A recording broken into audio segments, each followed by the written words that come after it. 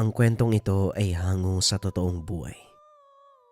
Mula ito sa isa nating kabayan na itago na lang natin sa pangalang Ador. Walang eksaktong taon, probinsya ng Mindanao. Saan ka ba nanggaling, Ador? Hindi mo ba alam, nagkakagulo na sa baryo? Alam mo namang nagkalat ang mga rebelde sa lugar natin eh. Bakit hindi ka nalang pumirme dito sa bahay? Mamaya niyan, mabalitaan ko na lang patay ka na. Wika namang Crispin. Pasensya na po, Dang. Naghahanap lang po ako ng pagkakakitaan. Wala na kasi tayong makain eh. Tugon ni Ador. Anong walang makain? Merong bigas. Kung gusto mo ng maiuulam, may mga gulay naman sa paligid. Bakit hindi mo muna pagtiyagaan ng mga yan? Alam ko naman po yun, Dang.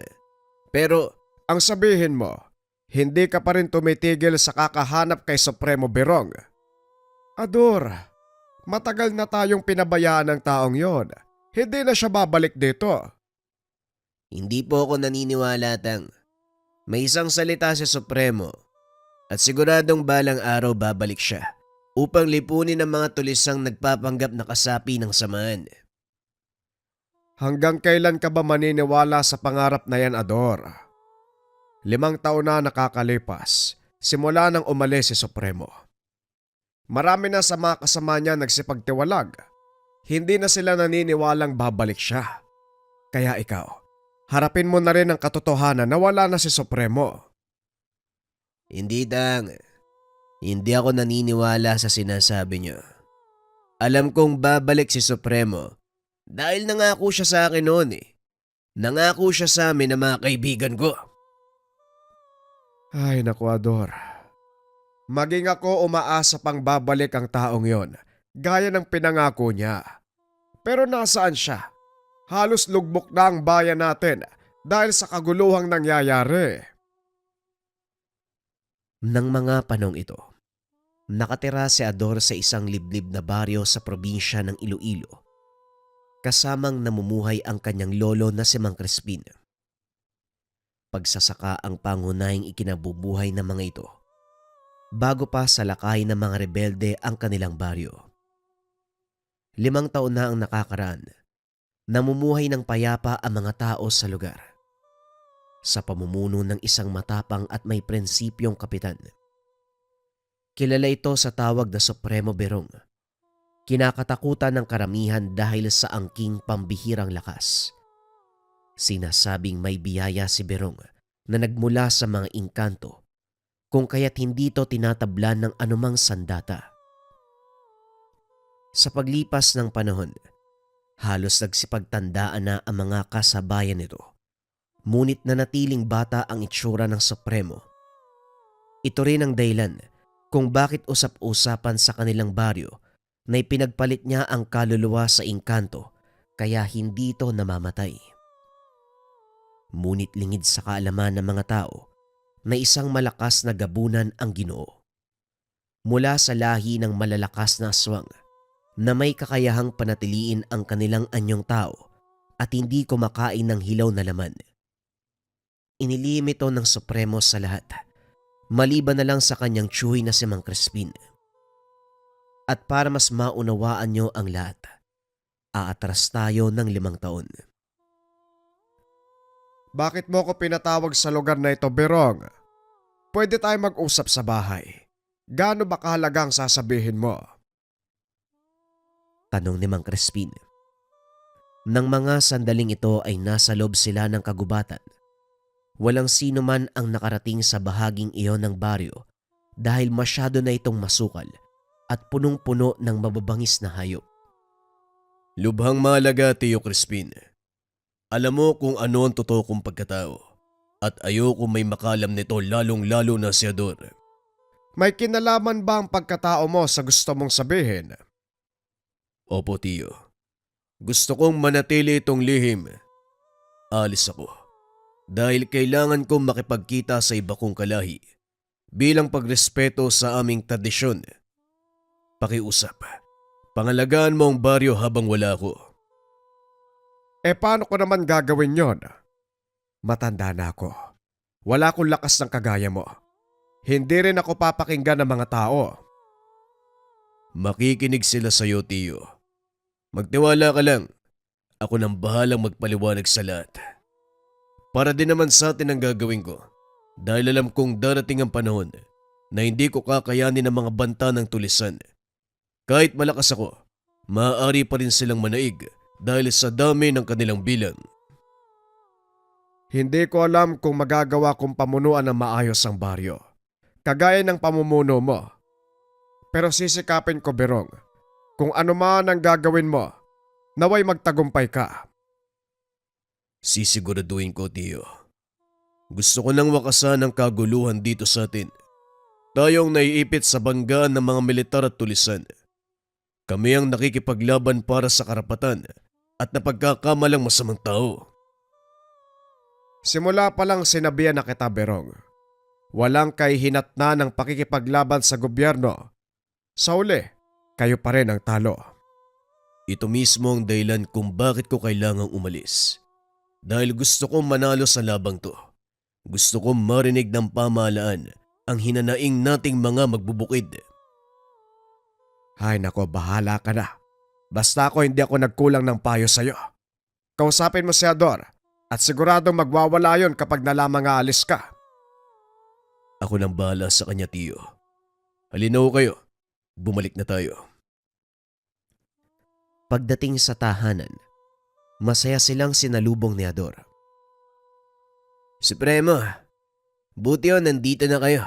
Nakapagsaing na rin ako. Handa na rin po yung ulam nating iniyaw na isda. Aba, ayos yan eh. Nagugutom na rin ako eh. Halika na, kumain na tayo. Sige o, magugas po muna kayo ng kamay. Masugid na tagahanga ni Berong si Ador. Bata pa lamang nakikita na ng binata ang mga mabuting gawa ng Ginoo. Kaya naman tinularan niya ito. Habang kumakain, napansin ni Ador na tahimik si Mang Crispin. Hindi to karaniwang ugali ng matanda dahil sa tuwing nasa pagkainan, palagi itong bumibida. Tang, pansin ko kanina pa kayo tahimik ah. Masakit po ba ang ngipin nyo? Hindi naman. May iniisip lang. Napakasarap nitong inihaw na isda eh. Magaling ka talaga magluto, Ador ha. Iniyaw na isda lang po yan, Tang. Sinasabi ko na eh. May problema kayo eh. Ako na nga magsasabi. Ador, kailangan kong umalis. May asikasuhin lang na mahalagang bagay. Pero pangako babalik ako. Saan naman po kayo pupunta sa Premo? Kailangan po kayo ng baryo. Wala pong mamumuno sa mga kasama nyo.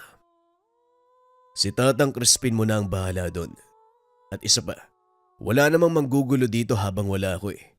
Takot lang na mga yan. Iba pa rin po kung nandito kayo.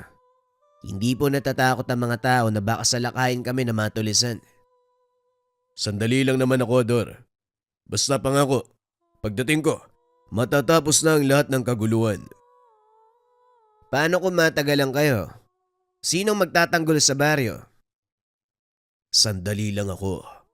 Basta isipin mo lang na kailangan ko tong gawin para sa kapayapaan ng baryo natin. Matapos ang usapang iyon, kinabukasan umalis si Berong. Ilang linggo ang nakalipas.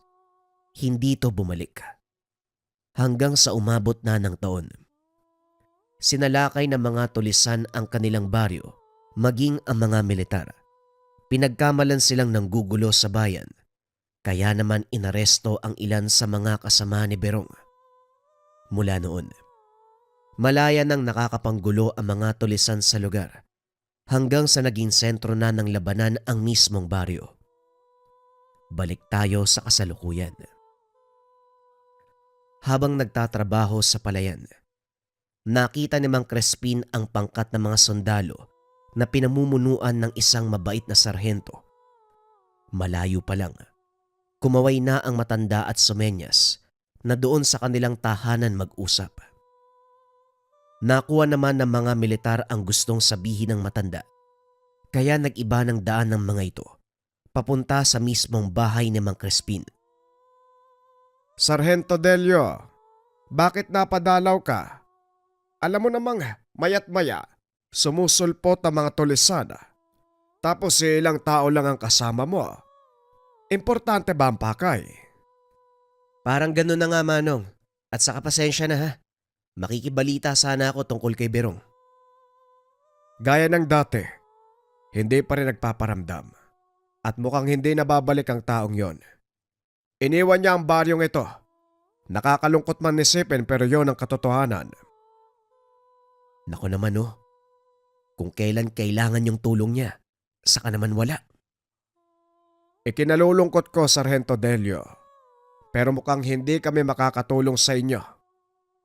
Pero matanong ko lang, ano ba ang dahilan? Bakit kailangan mo ng tulong ni Berong? Hindi ba tinutugis nga siya ng mga militar? Malaking gulo ang paparating, Manong. Namata ng ilan sa mga kasama ko malaking pangkat na mga tulisan mula sa kabilang pulo. Nananalakay sila sa ilang bahagi ng bayan. Marami na ang namatay. Bawat lugar na madaanan nila, nagmimistulang sementeryo. Hindi rin alam ng pamunuan namin kung paano silang pipigilan. Hindi ba nagawa nyo ng pigilan ng mga tropang nauna sa kanila? Bakit ito wala kayong magawa? Mas matinik magtago ang mga to. At higit sa lahat mas mara sila. Ilan na sa mga kasamahan ko ang nahuli ng bagong pangkat na yun. Natatagpuan naming wasak ang katawan na parang hindi tao yung may gawa. Baka nga hindi taong may gawa. Pabulong na wika ni Mang Crispin. Po, paano niyo nasabi? Wala naman. Pasensya na. Pero mukhang wala akong maitutulong sa problema mo. Ayos lang po, Manong, pero matanong ko lang din. Nasaan si Ador? Mukhang nasa baryo na naman ang batang yon. Nababagot siguro. Naku, delikado pa naman ngayon sa baryo. Sige po, tutuloy na kami ha. Dadaanan ko lang si Ador sa baryo at papauwiin. Mas mabuti pa nga yan. Mag-iingat ka, Sargento. Salamat sa pagbisita. Tumuloy ang pangkat ni Sargento Delio papuntang kabisera. Pagdating sa lugar, nakita nito kagad si Ador. Nakaupo ang binata sa ilalim ng puno. Uy Ador, anong ginagawa mo dito? Kanina ka pa hinahanap ng tatang mo ha. Kaya pala, Sargento. Inaantay ko po kasi dito si Supremo Berong. Kayo po, ano pong ginagawa nyo dito sa patag? Si Supremo din sana ang pakay namin. Kaso hindi pa rin siya bumabalik eh. Umuwi ka na at… Hindi na ituloy ng sarhento ang sasabihin. Biglang umalingaw-ngaw ang sunod-sunod na putok ng baril. Dali-daling hinila ni Delio si Ador upang magtago sa likod ng puno. Hindi nga ako nagkamali. Nasundan tayo ng mga tulisan. Ador, kahit anong mangyari, wag na wag kang lalabas sa pinagtataguan mo. Wika ni Delio. Matapos ay inutusan nito ang mga kasama na gumante ng putok. Mabuti na lang, may mga tumbang puno sa paligid na siyang nagsilbing taguan ng mga ito. Habang nagkakaputukan, napasilip si Ador at nakitang sobrang dami ng kalaban. Iilan lang ang bilang nila Sargento Delio, kaya alam niyang madedehado ang mga ito. Wag na wag niyo silang hahayaan na makalusot sa depensa natin. Walang atras! Wika ni Delio. Patuloy na nakipagputukan ng baril ang mga sundalo sa tulisan nang bigla na lang tumahimik. Teka, anong nangyari? Nasaan ang mga kalaban? Tanong ng binata habang nakasilip mula sa pinagtataguan. Baka nagsipag-atrasan na sila, Sargento. Halina kayo, umalis na tayo dito. Wika ni Ador. Ngunit alam ni Sargento Delio na hindi basta aatras ang kalaban dahil nasa kanila ang kalamangan pagdating sa bilang. Hindi, Ador. Manatili ka dyan sa pinagtataguan mo. Hindi atras sa mga kalaban ng basta-basta. Lamang sila sa bilang, kaya siguradong kukunin nila yung pagkakataon upang ubusin kami. Maliban na lang kung... Biglang sumigaw ang isa sa mga kalaban. Nagudyat ng pag-atras. Umatras? Bakit sila aatras? Anong nangyayari? Nanlaki ang mga mata ng sarhento nang makitang tumilapon mula sa pinagtataguan ang ilan sa mga tulisan. Isa-isang naglabasan ang mga ito at kumaripas ng takbo. Napatayo si Ador nang makita ang isang pamilyar na figura na palabas ng kakahuyan. Sinasabi ko na nga ba, babalik siya eh. Supremo Birong! Anong sinabi mo? Si Birong nandito? Odelio, bakit parang gulat na gulat ka? Anong ginagawa niyo dito? Lalo na ikaw, Ador. Hindi ba sabi ko sa'yo, huwag ka masyadong lumalabas ng bahay? Pasensya na ho, Supremo. Hindi kasi naniniwala sa akin si Tatang Crispin eh. Kaya inaantay kita dito. Araw-araw simula nang umalis ka. Ikaw talagang bata ka. Halika na nga, umalis na tayo dito. Umatras na ang mga tulisan. Pero siguradong babalik sila na may kasamang mas marami. Dali-daling umalis ang pangkat sa lugar. Hindi pa rin makapaniwala si Sargento Delio na mag-isang pinapatakbo ni Supremo Birong ang mga tulisan. Pagdating sa tahanan ni Mang Crispin, tuwang-tuwa ang matanda nang makitang papalapit si Birong. Aba! Tignan mo nga naman. Akala ko nananaginip lang si Ador sa tuwing sinasabi niyang babalik ka. Pero heto ka ngayon. Bakit bang tagal mong bumalik, Birong? Mabang kwento, Tiyo. Pero sa ngayon kailangan ko munang kausapin si Delio. Tama ka, Birong. Seryoso na nangyayaring kaguluhan. Nakapasok na sa bansa ang mga terorista mula sa kabilang pulo. Banta na sila sa seguridad ng bansa. Ano ang ginagawa ng pamahalaan? Yun nga ang masakit eh. Dahil hindi namin alam kung anong klase ng kalaban ng paparating. Masyado silang marahas. Parang hindi tao kung pumatay ng kapwa. Sigurado ba kayo sa mga nakuwang impormasyon? Anong ibig mong sabihin, Berong? Palpak ang sinasabi ng militar. Mapagkakatiwalaan sila at ilang beses na rin nakaengkwentro ng ibang grupo ang pangkat na yun. Kaya nga nakakuha kami ng sapat na datos tungkol sa kanila eh. Hindi ko sinasabing palpak ang sinabi ng militar. Ang punto ko, maaaring hindi lang basta terorista ang may gawa ng pagsalakay dito sa atin. Malalaman mo din sa bandang huli. Sa ngayon, iulat mo sa impilan nyo nangyari kanina. Kailangan kong ipunin ang mga tauhan ko. Ikinalulungkot kong ibalita sa iyo, Berong. Pero wala na mga tauhan mo. Ang ilan sa kanila ay umalis na ng probinsya. Nagpakalayo-layo. Ang ilan naman ay patay na. Kung meron mang naiwan dito, mangilan-ngilan na lang at ayaw na nilang makisali pa. Nanlumo si Berong sa mga narinig. Gayunpaman wala na itong magagawa. Kailangan niyang harapin ang napipintong panganib. Sa palagay ko, mukhang kailangan niyong umalis dito. Lumikas na kayo, Tiyo. Isama mo si Ador.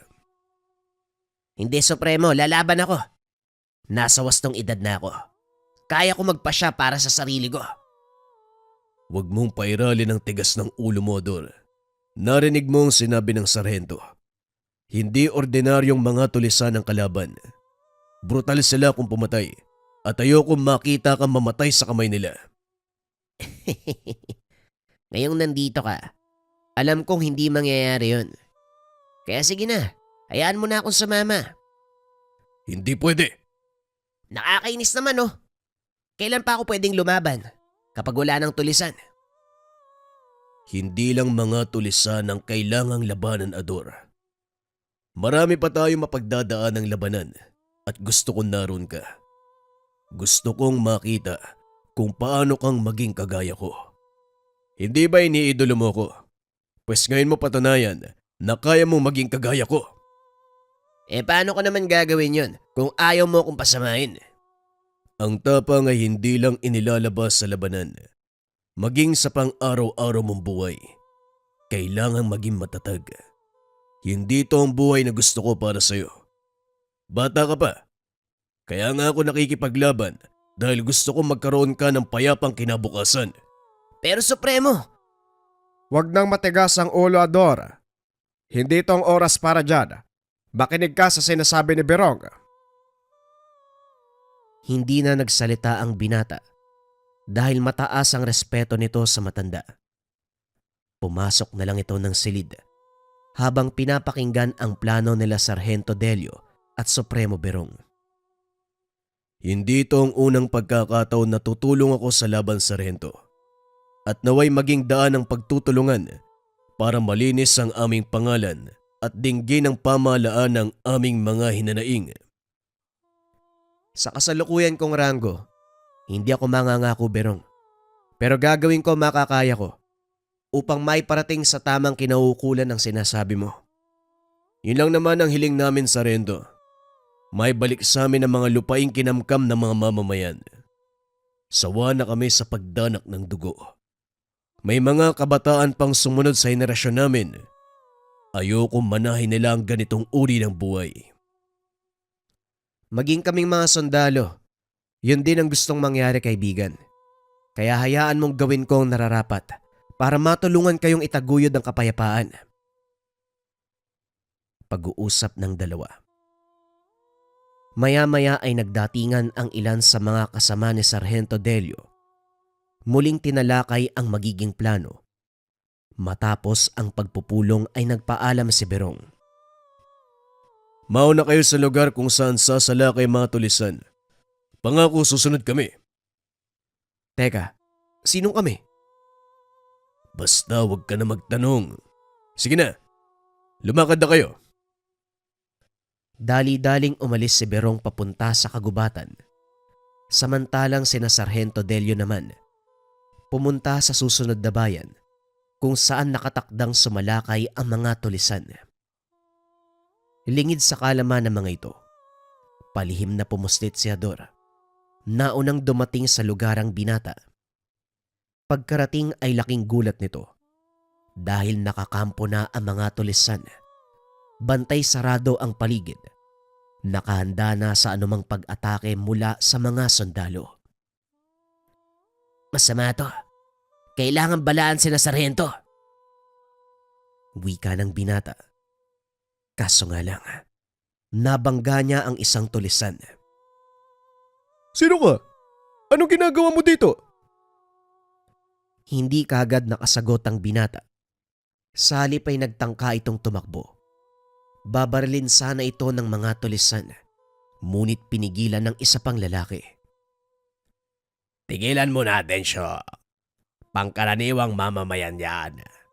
Itoon mo ang pansin sa pagbabantay sa paligid. Pasensya na, Wahid. Kahina-hinala kasi yung kilos eh. Sundin mo lang ang sinasabi ko. Kung ayaw mong ikaw ang una kong ipakain sa mga alaga. Sige. Magbabantay na ako. Oy kayo dyan! Mag-alisto nga kayo! Naglakad ang isa sa mga ito, palapit sa kulungang gawa sa kawayan. Nakita ni Ador ang ilang kataong nakakulong. Nanlaki ang mga mata ng binata nang ilawan nito ng tulisan. Walang saplot. Basang-basa ng kung anong madulas na likido ang katawan ng mga taong iyon. Ang ilan ay naglalaway pa na parang mga gutom na hayop. Sandali na lang. Makakatikim na kayo uli ng masarap na pagkain. Huwag kayo mag-alala dahil hahayaan ko kayong sulitin ang araw na ito. Sa tansya ni Ador, 6 na katao ang nasa loob ng kulungan at bawat isa sa kanila may mga nakataling kadena sa leeg. Pakawalan mo na kami. Sinunod na namin ang mga utos mo. Palayain mo kami at hayaang makabalik sa aming tahanan. Hindi mangyayari yon. Hanggat napapakinabangan ko kayo, hindi kayo maaaring umalis. Kung ganon, hindi namin susundin ang mga utos mo. Wala kayo sa lugar para magbigay sa akin ng kondisyon. Tandaan nyo, hawak ko ang buhay ng mga asawa at anak nyo. At sa oras na sumaway kayo sa gusto ko, alam nyo kung ano ang mangyayari. Wika ng lalaki na nagngangalang Wahid. Hindi alam ni Ador kung ano ang mga taong iyon. Isang bagay lang ang sigurado nito. Yun ang panganib na kakarapin ng pangkat ni Sargento Delio. Dali-daling umalis ang binata upang salubungin ang pangkat ng sarhento. Kaso nga lang huli na, dahil nasa bukana na ng bayan ang mga ito. Naku, naloko na, Sargento. Huwag niyo pong ituloy ang pagsalakay. Patibong po ang lahat. Teka, anong ginagawa mo dito, Ador? Hindi ba sinabihan ka na Birong na huwag kang aalis sa tahanan nyo? Pasensya na, Sargento. Pero hindi ako mananatili at tutunganga. Gusto ko makatulong kahit sa maliit na paraan. Makakatulong ka naman, pero hindi sa pakikipaglaban, Ador. Alam kong matapang ka, pero hindi sapat ang tapang lang sa panahon na ito. Umalis ka na, bago pa mahuli ang lahat. Hindi, Sargento. Kayong makinig sa akin. Nakapasok na ako sa baryo at nagkukuta na ang mga rebelde sa loob. Patibong ang nilalakaran nyo at siguradong hindi kayo makakaligtas. Hanggat may oras pa, baguhin nyo ang plano. Huli na para gawin ang bagay na yan. Ilang minuto na lang, lulusob na ang mga kasama ko mula sa kabilang direksyon ng baryo. Alam ko ang kilos ng mga kalaban. Hindi mo naiintindihan ang sinasabi ko. Marami sa mga tauhan mo ang mamamatay. Maniwala ka sa akin, Sargento. Hindi ako gumagawa ng kwento. Ang mabuti pa, umalis ka dito. Naantala ang operasyon namin eh. Alam ni Ador na hindi makikinig sa kanya ang sarhento. Kaya naman umalis ito. Nag-isip ng paraan kung paanong mapapatunayan ang sinasabi. Ilang minuto pa. Nagbigay na ng hudyat ang sarhento na simulan ang paglusob. Palubog na ang araw ng mga oras na yun. Kinuha ng mga sundalo ang pagkakataon upang makapagtago sa paligid ng baryo. Habang nag-aantay ng tamang tiyempo, pinakikiramdaman ng mga ito ang paligid. Masasabing hindi alam na mga kalaban na naroon na ang puwersa ng mga sundalo dahil patuloy lang ito sa kanilang mga ginagawa. Hanggang sa nagbigay na ng hudyat ang kabilang pangkat. Dito na nagsimulang pumasok sa lugar ang grupo ni Sargento Delio. Nagkapalitan ng putok hanggang sa marami nang nalaga sa panig ng mga rebelde. Nakikita ni Ador mula sa kinaroroonan ang nangyayari. Nagtataka. Nakita niya yung lalaking nagngangalang Wahid na binubuksan ng kulungan. Isa-isang naglabasan ang mga taong nakakulong. Nagpunta sa direksyon ng mga sundalo. Nanlaki ang mga mata ni Ador dahil parang hindi tinatabla ng bala ang mga ito.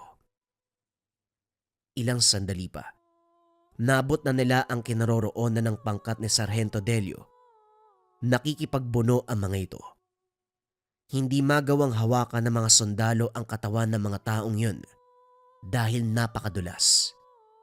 Halos masok si Delio nang makita nito ang isa sa mga kalalakian na kinagat sa leeg ang isang sundalo habang ang kamay nakabaon sa dibdib. Parang papel na pinunit ng lalaki ang katawan ng sundalo. Walang pagdadalawang isip na kinain ang lamang loob.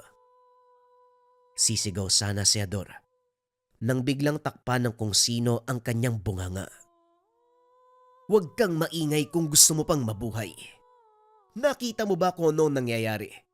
Ito ang dahilan kung bakit hindi ka pwedeng sumama. Manong Renante, nagbalik ka din. Pero anong mga yan? Makulit si Berong. Kaya heto, nakumbinsi niya kung sumama.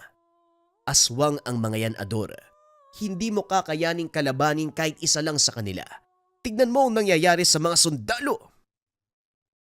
Kung ganun, paano tayo mananalo sa kanila? Antayin mo lang si Berong. Maya-maya lang ay nandito na yun. Kakatapos lang sabihin ni Renante ang mga kataga nang biglang tumilapon ang isa sa mga aswang. Lumabas mula sa masukal na parte ng gubat ang isang pamilyar na figura. Nagliliwanag ang mga mata habang may hawak na ulo ng kalaban sa kanang kamay. Si Supremo Berong, nandito na. Tama ka, kaya dito ka lang. Huwag kang aalis. Kailangan kong tumulong. Dali-daling tumakbo si Renante habang binubunot ang hawak na itak. Itinarak ito sa lupa. Pagkalapit sa mga kalaban, walang pagdadalawang isip itong pinagtataga. Hindi naman makapaniwala si Sargento Delio sa nangyari. Saka pa lamang napagtanto na tama ang sinabi ni Ador. Malaking patibong nga ang kanilang pinasok. Patuloy sa pakikipaglaban si Berong sa mga nilalang hanggang sa makaharap nito ang pinuno ng mga tulisan. Hindi na nagdalawang isip ang Ginoo. Bawat humarang sa kanyang daraanan, pinapatumba. Pinagbababaril ito ng mga kalaban, hindi tumatalab ang sandata sa kanyang katawan. Nasaksihan lahat ito ni Ador. Sa tagal ng pagkakakilala niya kay Berong, hindi niya inakala na may ganitong kakayahan ang taong hinahangaan. Maging ang mga itak at kutsilyo, tila walang panama sa malabakal na katawan ni Berong. Napakalakas. Sa isang bagsak lang, nagagawa nitong patumbahin ang mga kalaban. Nang mga sandaling iyon, sakal-sakal na ni Berong ang pinuno ng mga tulisan. Lumapit si Sargento Delio. Pinakiusapan na wag itong papatayin dahil kailangan madala ng buhay ang taong yon sa kanilang himpilan. Pasensya na, Delio, pero hindi ko maaaring buhay ng taong ito. Nagawa niyang gamitin ang mga aswang sa kanilang masamang gawain at hindi malayong mangyayari uli ang bagay na yan. Naiintindihan ko. Ikaw na ang bahala, Berong. Gagawan ko na lang ng palusot ang nangyari dito. Matapos magsalita ng sarhento, biglang hinampas ni Berong si Wahid sa lupa, dahilan para maglasog-lasog ang katawan nito. Dito napagtanto ni Ador ang dahilan kung bakit kinakatakutan ng masasamang loob si Berong. Matapos ang kaganapan, muling nagpaalam ang Ginoo. At sa pagkakataong iyon, hindi na muling nagpakita. Sa kasalukuyan, patuloy pa ring naniniwala si Delio na buhay pa ang kaibigan dahil nagtataglay ito ng hindi pangkaraniwang kakayahan. Bagaman hindi na nakita pang muli, umaasa si Delio na nasa paligid lang si Berong, ang isang taong supremo na rebeldeng aswang. Ang susunod na kwento, kabayan, ay tungkol sa alagang banakon at tungkol sa mutya ng kawayan. Ito ay mula sa dati nating kwento, mga kabayan. Pasensya na hindi ako makapag-upload ngayon ng 1 oras na puro bago. Kaarawan lang ng ate ko. Bawi ako sa inyo bukas. Bale sa mga susunod na araw, puro bagong kwento yung i-upload ko na 1 oras. Pero sana suportahan nyo pa rin ang susunod nating kwento. Malaking tulong yan para sa channel. Iniba ko ang atake sa narration para sa 2 susunod na kwento.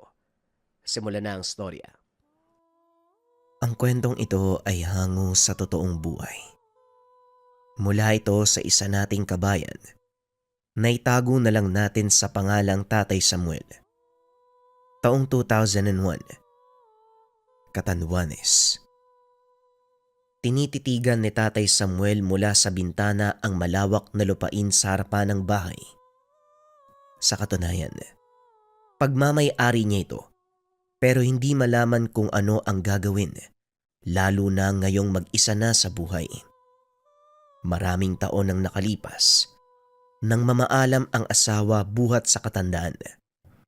Pero siya sa edad na 80, malusog, malakas, matalas ang memorya. Hindi lang dahil maalaga sa sarili kung hindi sa tangang mutya. Ito ang nagbibigay sa kanya ng mga katangian na hindi kayang taglayin ng ordinaryong tao. Bukod pa dyan, kaya niyang tapatan ang sinumang nilalang na may masamang hangarin. Lingid sa kaalaman ng nakakakilala sa kanya, lumalabas siya sa gabi lalo na sa tuwing may napapansin sa paligid. Madali niyang naaamoy ang samyo ng aswang kahit nasa malayo. Natutunton ang pinagtataguan ng walang kahirap-hirap. Hindi naman siya basta-basta pumapaslang. May nilalang pa rin na sa kabila ng pagiging halimaw, walang balak manakit ng tao. Pinapalampas niya ang ganito, ngunit mahigpit sa mga aswang na mapang-abuso. Manong Samuel, kumusta po? Pinapatid pala ni Tatay Diego tong isda. Kaunti na lang po ang huli niya kaya iilan lang po yung nadala. Meron din pong kakanin dyan at kape. Ay nako, nag-abala pa talaga kayo. Sinabi ko naman sa tatay mo na wag na magpadala sa akin.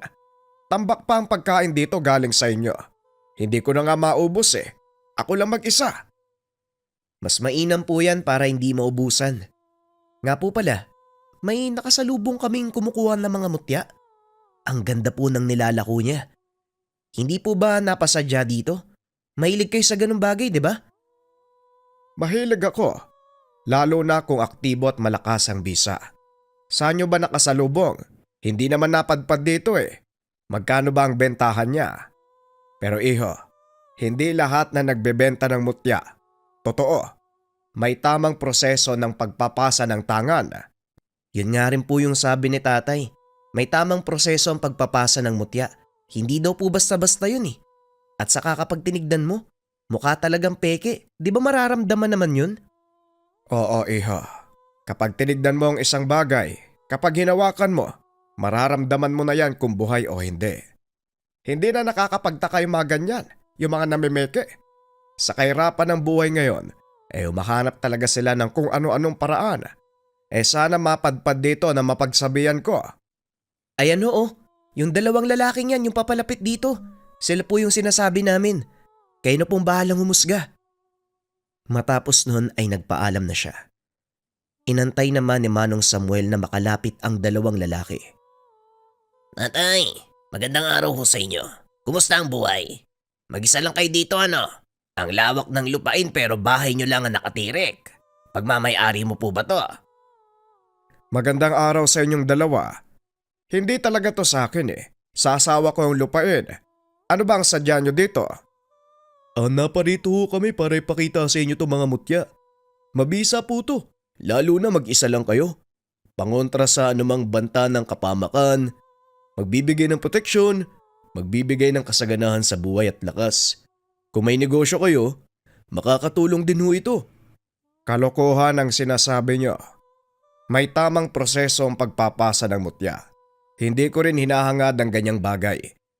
Malapit na ako mawala sa mundo Ano pang silbi niyan sa akin? Tatay, may kakayahan tong hawak namin. Bibigyan kayo ng mahabang buhay. Tignan nyo bagay na bagay to sa inyo. Hindi pinansin ng matanda ang sinabi ng dalawang binata. Tinignan niya ang dala nitong mga mutya. Merong kabibe, bato, buto, kawayan, kahoy, at marami pang iba. Wala ni isang nakakuha ng kanyang atensyon. Dahil ang katotohanan, peke ang lahat ng mga ito. Ano tatay, may natipuan ba kayo? Proteksyon nyo yan laban sa aswang. Balita ko kamakailan lang may sinalakay malapit dito Mag-isa ka pa naman Tay, atin natin lang to Yung presyo ibibigay namin sa'yo. Mas mababa kumpara sa iba. Kahit 2 piso pa yan, ayoko. Hindi nyo ako mauutos sa ganyang paraan. Mutya baka mo. Wala nga ako nararamdaman sa mga binibenta nyo Nagpapanggap kayo na marunong kumuha ng mutya. May tamang proseso ang pagkuha at pagbigay niyan sa ibang tao. Ako pang lolokohin nyo. Walang nagawa ang dalawang binata. Nagmamadaling umalis nang pakitaan ng patalim ni Manong Samuel. Ang babata nyo pa pero ganyan na kayo. Halatang hindi napalaki ng tama. Mga kulang sa aruga. Tatay Samuel, kumusta ho? Nakita ko yung mga lalaki kumaripas ng takbo Tinakot nyo po ba? Nabaling ang pansin ng matanda sa pagbalik ni Pedro. Ako pa talagang sinubukang utuin. Akala siguro malilin lang ako eh. Kung hindi pa tumakbo ang mga yon, nako, siguradong tinaga ko na. Kaya nga ho eh. Bumalik po ako dito para malaman ang nangyari. Nakasalubong ko din si Mang Karding. Galing na pala sa kanya yung mga yun eh. Sinubukan din siyang lokohin pero hindi nangyari. Manggagamot yung kausap nila eh. Maraming kaalaman sa mutya kagaya nyo. Ewan ko ba kung nung pumasok sa kokote ng mga binatang yan eh. Kung naghihirap sa buhay, pwede namang maganap ng matinong pagkakakitaan. Kung gusto mang magpasa ng mutya, may tamang proseso ng pagkuha at pagpapasa. Ay nako talaga. Hayaan nyo na ho, may rebuelta naman ho yan eh. Babalik sa kanila yung ginagawa nila. Nga po pala, mauna na ako ah. Bumalik lang talaga ako dito para siguraduhin ayos lang kayo eh. Sa paglipas ng oras, naging abala sa pagtatabas ng damo sa bakuran. Ilang sandali pa may napansing babae sa hindi kalayuan. Tumatakbo at sumisigaw ng saklolo. Lumapit siya para makatulong. Napag-alamang may nakitang nilalang. May nakita po ako dun oh. Naglalakad po ako tapos biglang may kumaluskos eh. Pagtingin ko po, itim eh. Nanlilisik po yung mata tapos naglalaway. Nakakatakot po eh.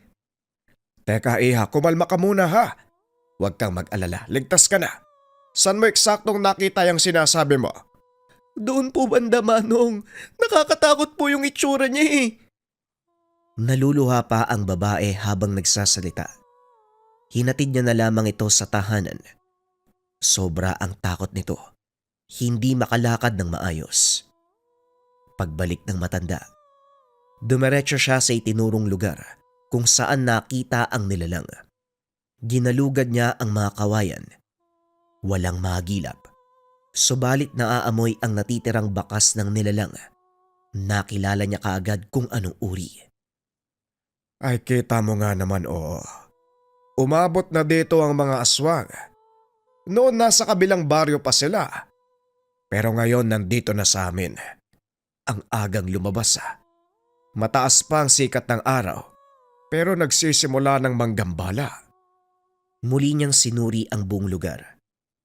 Nagbabaka sakaling may makita pang bakas. Pero makalipas ang ilang sandali, umuwi na lamang siya ng tahanan. Pagkarating ay nakaabang na si Pedro. May dalang pananghalian. Nakangiti pa habang nag-aantay. O ano na naman yung dala mo? Pakisabi sa tatay mo, tama na ang pagpapadala. Mamaya kayo naman ang maubusan eh. Magutom kayo, samantalang ako busog. Si tatay po kasi marami namang naluto. Dalawa lang kasi kami sa bahay eh. Hindi nauubos yung pagkain kaya dinadalan ko na lang po kayo. Pritong isda sa kasaging. May kanin din po yan. Ay talagang kompleto pa ano. Mahal na mahal talaga ako ng tatay mo Ele ka sa loob, pagsaluhan natin. Ay hindi na po Tatay Samuel. Kailangan ko na pong bumalik eh. Makikinig ako sa usapan doon sa amin. Nagkagulo kasi doon eh. Yung kapitbahay namin nakakita daw ng nilalang sa kawayanan. Makikiyosyoso ko para malaman din yung nangyayari sa paligid natin. Tay, mag-ingat kayo ha. Malapit yung tahanan nyo sa kawayan Ilang beses nang may nakitang nilalang dyan eh. Ganun ba? Salamat sa pagpapaalala. O siya, makisyoso ka na doon tapos balitaan mo ko ha. Sa pag-alis ni Pedro ay kumain na si Tatay Samuel. Pagkatapos ay pumunta sa lumang kaban kung saan itinatago ang mutyang tangan. Matagal na panahon na nang ginamit niya ito nang minsang may napadpad na aswang sa kanyang tahanan. Kaibigang mutya, muli na naman tayong magtutulungan. May nagpaparamdam na naman sa ating baryo. Naway matapos natin kagad ang problema. Habang hawak-hawak ito sa harapan. Ang tangan niyang mutya, walang iba kung hindi ang mutya ng kawayan. Ilang dekada ng hawak. Nasa kanya na ito noong kabataan pa. Nagagamit lang sa tuwing may nilalang na maliligaw. Matapos linisin ang tangan, kinargahan niya ito ng orasyon. Kitang-kita niya kung paanong nagliwanag ang bawat dulo ng kawayan. Naglalabas pa ito ng kung anong usok. Nangangahulugan. Aktibo na muli ang gamit. Pagsapit ng hapon bumalik si Pedro kasama ang tatay na si Mang Digo. Napabuntong hininga na lamang ang matanda nang makita na meron na namang dalang pagkain. Isipin ko na talaga na ginagawa niyo akong tambakan ano. Bawat punta niyo rito, may bit-bit kayong pagkain. Nagbuka naman akong patay gutom. Tumawa si Mang Digo. Gayon din ang anak. Inilapag nila sa mesa ang mga dala. Sinimulan ang seryosong usapan. Tatay Samuel, tatapatay kita. Huwag mo sanang mamasamay ng intensyon ko. Sumadya talaga ako dito ngayon upang kumbinsihin ka. Lumipat ka muna sa tahanan namin. Sumasalakay na naman yung kung anong nilalang eh. Nag-aalala ako sa'yo, mag-isa ka lang dito. Oo nga ho, may bakanting kwarto pa naman sa bahay namin eh. Tatay Samuel, doon ka na lang po muna. Nakakatakot na po kasi mga nangyayari. Hindi lang isa sa kapitbahay namin ang nakakita. 3 na sila oh. Isa dito sa Kawayanan. Tapos yung 2 malapit sa bundok. Hinabol pa nga sila eh. Buti na lang nakapunta sila sa maraming tao. Terik pa yung araw kapag sumasalakay. Naiintindihan naman ho namin na kaya mong tapatan ng mga halimaw na yan. Pero Tatay Samuel, matanda na ho kayo. Iwasan na lang natin ang kapamakan. Naiintindihan ko ang punto niyo. Maraming salamat sa pag-aalala. Huwag niyo ako masyadong intindihin. Matanda na ako. Hindi na ako pag-iinteresa ng aswang. At kung ano man ang sumalakay dito sa tahanan, sige lang, subukan lang nila. Tatay Samuel, alam kong wala kang aatrasan. Pero tumatanda na ho tayo. Hindi palaging malakas ang katawan ng tao. Matanda lang ako sa itsura. Maraming kulubot sa katawan. Pero asahan niyong kaya ko pang makipagbakbakan. Patuloy siyang kinumbinsi ng mag-ama. Kaso nga lang hindi pa rin napapayag. Labis na nag-aalala ang mag-ama sa kanya. Kaso nga lang, buo na ang desisyon ni Tatay Samuel. Ilang oras ang nakalipas. Sa halip na matulog ay gising lamang si Tatay Samuel. Inaantay na magparamdam ang nilalang. Nakasugbit na ang itak sa tagiliran. Hawak-hawak na ang kawayan na mutya. Kahit madilim ang paligid, nakatambay siya sa labas. Pasimpleng humihigop ng kape para hindi antukin. Makalipas lamang ang ilang sandali. Nararamdaman na ang presensya ng aswang. Hindi pa man ito nakikita sa paligid. Damang-dama at naaamoy niya ito. Ay naku, ang tagal magpakita ng nilalang na to ah. Nasaan kaya to banda ng bibiktima? Dumito ka sa kinalalagyan ko. Tayong 2 magtuos. Paiba-iba ang direksyon kung saan ito nagtatago. Biglang nawawala sa pakiramdam at biglang bumabalik ang pag-alingasaw. Aba, sinusubukan pa yata kong lituin ah. Pasensya ka. Nakita ko na yung ulo mo eh. Nandiyan ka pa talaga sa damuhan ano? Nagtatago ka. Mas matangkad ka kumpara sa damo. Lumapit na si Tatay Samuel. Hindi siya napapansin ng nilalang. Nakatalikod ito habang nakatingin sa isang tahanan. Merong buntis doon sa lugar. Sanggol pala ang nais nito ngayong gabi ah. Tignan natin kung makuha mo pa ang sanggol na yan matapos kong pugutin yung ulo mo. Nang makapwesto sa bandang likuran ng aswang, sumipol siya para maagaw ang atensyon ng nilalang. Sa sandaling lumingon, kagad niyang tinaga. Nakaiwas pero nadaplisan sa muka. Nagmamadali pang tumakbo, ngunit hindi na hinayaang makatakas. Sa kawayanan ito nagtungo. Hindi naman siya nahirapan kahit madilim dahil kabisado ng matanda ang lugar. Sinubukan ng aswang na sumiksik sa bawat paligid upang hindi makita. Pero masyadong matalas ang pangdama ng matanda. Wala itong kawala. Matapos hablutin sa pinagtataguan, paulit-ulit niya itong tinaga. Akala mo siguro madadaan ako sa taguan ano? Madilim nga dito, pero nararamdaman kita. Ilang beses niyang tinaga ang nilalang hanggang sa bumagsak na ito sa lupa. Kung nanahimik ka na lang sana sa lungga mo, hindi ka aabot sa ganito eh. Masyadong kampante. Nagpapagala-gala dito sa lungga ko. Talagang mamamatay ka. Muling wika ni Tatay Samuel. Tinadyakan pa nito ang mukha ng aswang. Naganap ng paraan ng matanda upang mabitbit ang aswang. Sandali siyang bumalik sa tahanan upang kumuha ng paglalagyan. Kaso nga lang pagbalik sa lugar, wala na ang nilalang. Bakas na lamang ng dugo sa lupa ang naabutan. Lintik na katakas talaga. Hindi lang yata nag-iisa yun ah. Ito ang unang pagkakataon na natakasan ako ng nilalang. Siguradong may kasamang ulupong na to. Huwag kayong mag-alala. Pagsasabay-sabayin ko kayong lahat. Pinakiramdaman niya ang paligid. Subalit walang naaamoy na anumang samyu ng nilalang.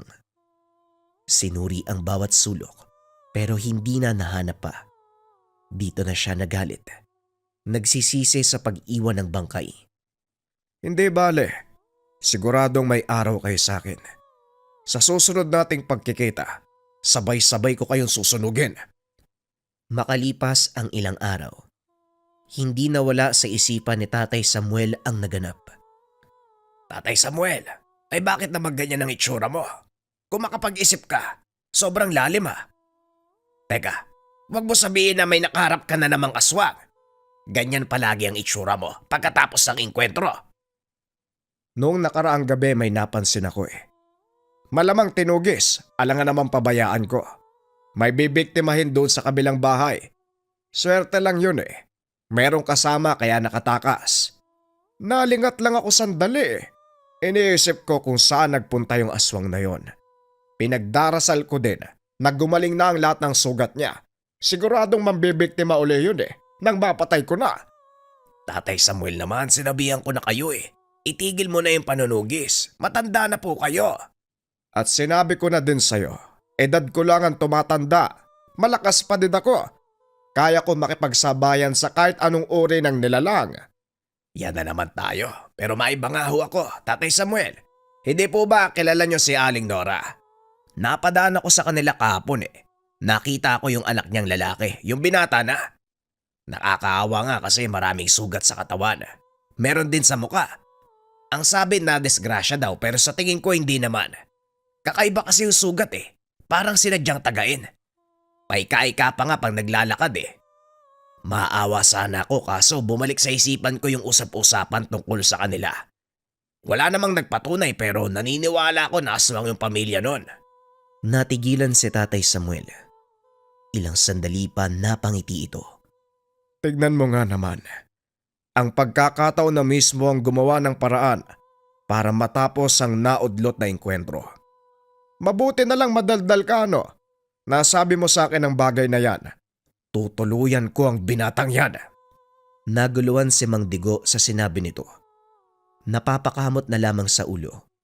Tatay Samuel, ano bang ibig mong sabihin? Teka, yung anak ni Aling Nora ang nakasagupa mo. Paano ho kayo nakakasigurado? Mahirap ho magbintang. Nakita ko na ang batang yon. Una pa lang alam ko may lahi siya eh. Kaso hinayaan ko lang dahil hindi pa naman ang gagambala. Tanda ko pa ang amoy niya. Walang pinagkaiba sa aswang na nakainkwentro ko. Alam ko kung saan tumama ang mga taga ko sa kanya. Malalaman natin yan kung totoo o hindi eh. Halika, puntahan natin. Pinuntahan nila ang tahanan ni Aling Nora. Ilang oras na paglalakad ang layo. Pagkarating, napansin ang pagmamadali ng binata. Nagtago sa loob ng tahanan habang ang ina ay kinakabahan. Huwag kang kabahan, Nora. Hindi ako nandito para manakit. May gusto lang ako malaman sa anak mo eh. Pwede ba siya makausap? Sinubukan ng ina na magsinungaling pero hindi nadala sa ganung paraan si Tatay Samuel. Napilitan siyang ilabas ang anak. Matapos makita ng matanda ang mga sugat sa katawan, napag-alaman na ito mismo ang nakalabang aswang. Hindi ko alam kung anong gagawin sa'yo, Tutoy. Pero sige, pagbibigyan kita. Huwag ka nang umulit. Kung nagugutom ka o nauuhaw, humanap ka ng ibang paraan. Huwag kang mamerwisyo ng ibang tao. Pero kung hindi ka pa rin susunod, siguradong hiwalay ang ulo mo sa katawan mo at susunugin kita ng buong buo. Pasensya na, Nora. Alam kong mabuti kang aswang at hindi nang gagambala ng tao. Pero itong anak mo, sumaway sa mga batas. Malamang nagkakaintindihan naman tayong dalawa, no? Tumango ang ina. Humingi ng tawad sa nagawa ng anak.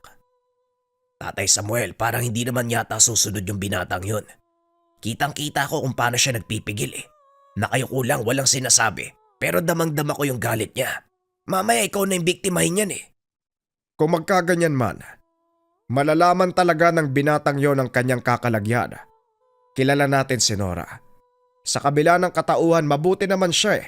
Sa loob ng mahabang panahon, wala siyang biniktima. Etong anak niya lang talaga yung sumira eh. Ipagdasal na lang natin na madaan sa disiplina. Ilang araw ang lumipas. Inakala ni Tatay Samuel na nagkaintindihan sila ng binata dahil wala nang napapabalitang nagpaparamdam na aswang. Ngunit nagulat na lamang siya. Sa mismong tahanan sinalakay. Anak nang, nagpapagaling ka palang hayop ka. Akala ko pa naman maayos ng usapan natin. Mabuti naman at ako ang pinuntirya mo, hindi kung sino-sino. Sandali, lalabas ako ng bahay, diyan tayo magtuos. Pagkalabas ng matanda, sinugod kagad siya ng aswang. Natumba ang matanda. Sinamantala ng nilalang ang pagkakataon. Dinaganan siya at sinakal. Masyadong maigpit ang pagkakakapit at nahihirapan na siyang huminga. Sinubukan niyang makawala. Pero hindi basta-basta ang lakas nito. Hanggang sa biglang uminit ang mutya ng kawayan. Umusok ang katawan ng matanda. Ramdam ng nilalang ang init nito. Napaso ang katawan ng aswang. Kaya kagad siyang lumayo sa matanda. Kinuha nito ang pagkakataon upang makuha ang itak. Hindi tinantanan sa pagtaga ang nilalang. Sa bawat pagtaga ni Tatay Samuel, kasabay nito ang pag-usok ng katawan na tila ba nasusunog ang balat sa bawat pagtama ng taga. Ilang sandali pa ay naglupasay na ito. Nagmamakaawa na wag tuluyan, pero sagad na ang galit ni Tatay Samuel. Binalaan na kita, hindi ba?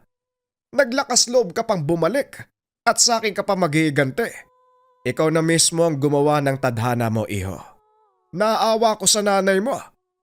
Masasaktan siya. Pero tama lang natapusin na kita. Malaking problema ang binibigay mo kay Nora. Mas makakatulong ako kung mawawala ka na sa mundong ito. Lumuhod ang aswang sa kanyang harapan. Patuloy na nakiusap kay Tatay Samuel. Kaso nga lang, wala siyang nakikita o nararamdamang kabutihan sa binatang aswang. Kaya upang hindi na lumaki pa ang kasalanan at hindi na makapambiktima ng ibang tao, ginawa niya ang nararapat. Binaon niya ang itak sa lalamunan nito. Kitang-kita kung paanong umusok ang buong katawan. Patawarin mo sana ako, Nora. Ipagdasal na lang natin na gabayan ang kanyang kaluluwa at manahimik na sa kabilang buhay.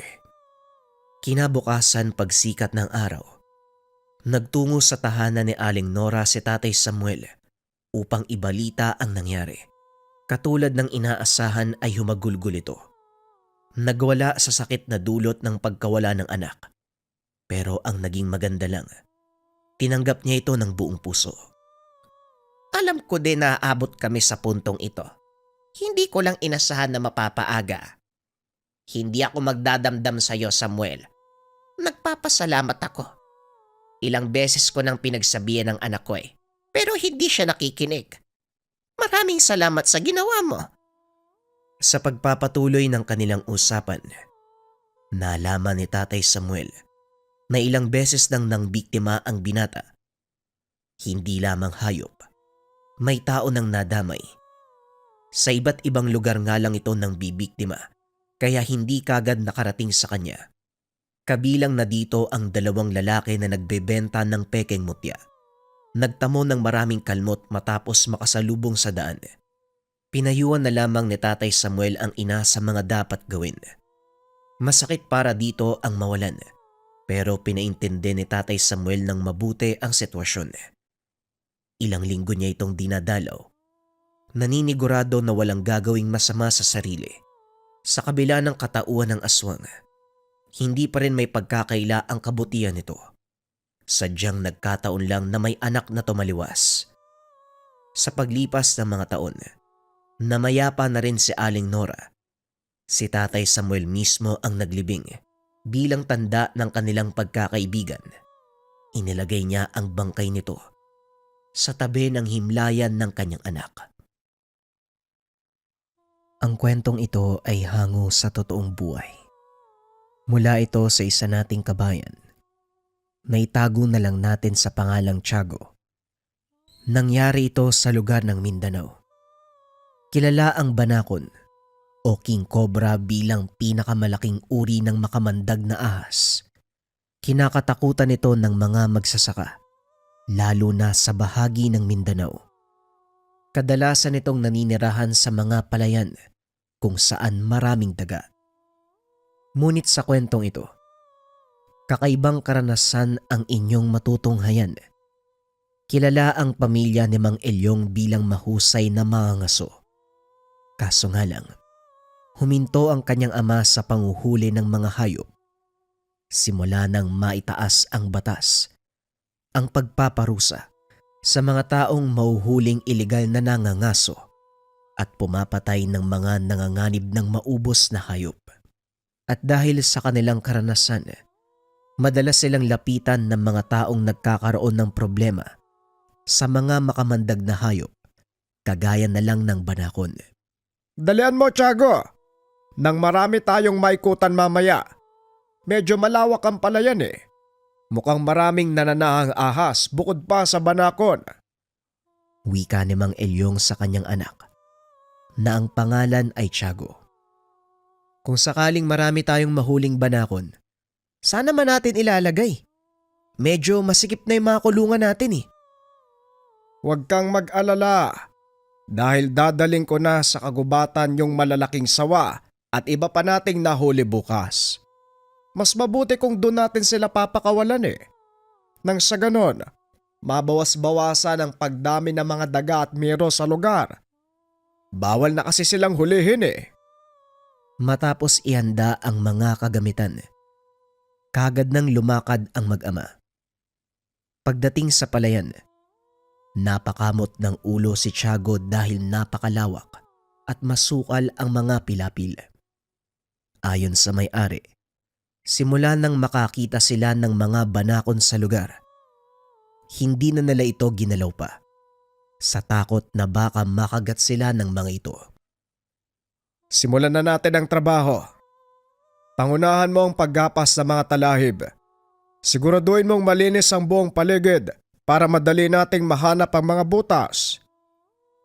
Sinimulan ni Tiago ang paglilinis ng paligid, habang si Mang Elyong naman at ang may-ari ng palayan ay nag-ikot sa buong palayan.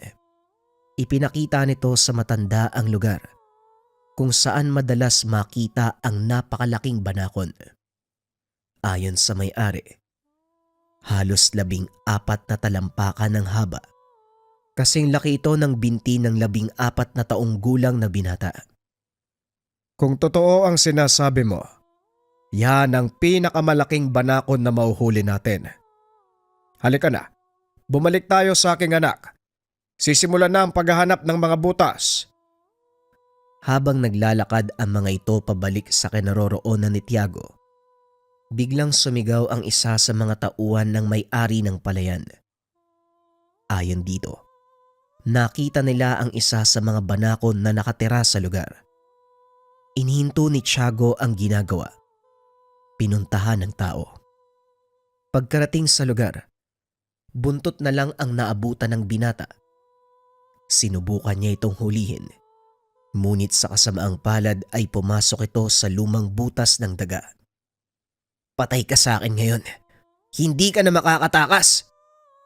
Huwag mong sasaktan ng banakon, Tiago. Maaari itong mamatay sa impeksyon kung sakaling pakawalan natin sa gubat na may galos. Marahang hinukay ni Tiago ang pilapil hanggang sa tuluyan niyang makita ang katawan. Hinawakan nito ang ahas.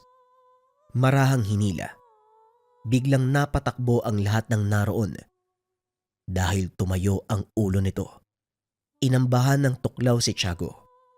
Mabilis namang nailayo ng binata ang kanyang muka. Kaya naman hindi ito tinamaan. Aba, mukhang malaki ang isang to ah. Habang sinisilid ito sa sakong gawa sa tela. Meron pang mas malaki dyan at siguradong isang laksa silang nakatira sa lugar na ito. Maraming buwan nang hindi nagagalaw ang palayan. Halika na, ituloy natin ang paghahanap. Patuloy na naghanap ang mag-ama. Hanggang sa sumapit ang tanghali. Nakahanap ang mga ito ng ilang sawa. Ngunit hindi pa nila natatagpuan ang malaking banakon. Sa isip-isip ni Mang Elyong, maaaring nakalipat na ito ng tirahan. Dagdag pa ng may-ari. Nung mga sandaling nakita nila ito, hinabol nila ang banakon. Ngunit hindi nila ito naabutan dahil bigla itong naglaho sa makapal na talayban. Ang mabuti pa, magpahinga na muna kayo. Magpahanda ko ng tinolang manok sa bahay. Wika ng may-ari ng sakahan. Mas mabuti kung dito na lang tayo kumain sa bukid dahil aktibo ang mga banakon tuwing tanghali. Malakas ang kutob ko. Magpapakita ang malaking ahas na yon. Kung ganon, ipapadala ko na lang dito ang tanghalian nyo. Sandali, ipapakuha ko sa aking mga tauhan. Habang nag-aantay, naiga si Tiago sa mababang sanga ng puno ng mangga. Napatingin ito sa kalangitan. Napansin ang tila kakaibang kumikilos sa bandang itaas na bahagi ng puno. Napabalikwas ito nang mapagtanto. Ang imaheng nakikita ay ang hinahanap nilang banakon. Oh, napano ka? Bakit parang nakakita ka ng multo? Ito ang unang pagkakataon na nakita ang ganong kalaking banakon. Hindi nito akalaing totoo ang sinasabi ni Mang Matias. Tay, mukhang nahanap ko na yung sinasabi ni Mang Matias. Habang nakaturo sa taas ng puno, kung saan nakadapo ang malaking banakon. Napatingala ang matanda. Nakita ang malaking ahas. Humanda ka, Tiago. Huhulihin natin ang isang to. Ano man ang mangyari, malaking banta sa mga tao. Ang ganyang kalaking banakon. Ang tanong ngayon, paano natin huhulihin yan? Bukod sa nasa taas ng puno, sobrang laki pa. Simple lang. Papababain natin. Kumuha ka ng mahabang panungkit. Bulabugin mo. Siguradong bababa ang banakon. Mag-iingat ka lang dahil siguradong hahabulin ka niyan. Bagaman nagdadalawang isip sa gagawin, ipinagpatuloy ni Tiago ang utos ng ama. Kumuha ito ng mahabang kawayan. Sinungkit nito ang banakon. Hanggang sa makuha ang atensyon, tumayo ang ulo nito. Pinagtutuklaw ang hawak na kawayan ni Tiago. Ramdam ng binata ang lakas ng kagat ng ahas, maging ang pagbaon ng ngipin nito sa manipis na dulo ng kawayan. Maya-maya ay gumapang ito pababa ng sanga. Laking gulat ni Tiago dahil tumulay ito sa hawak niyang kawayan.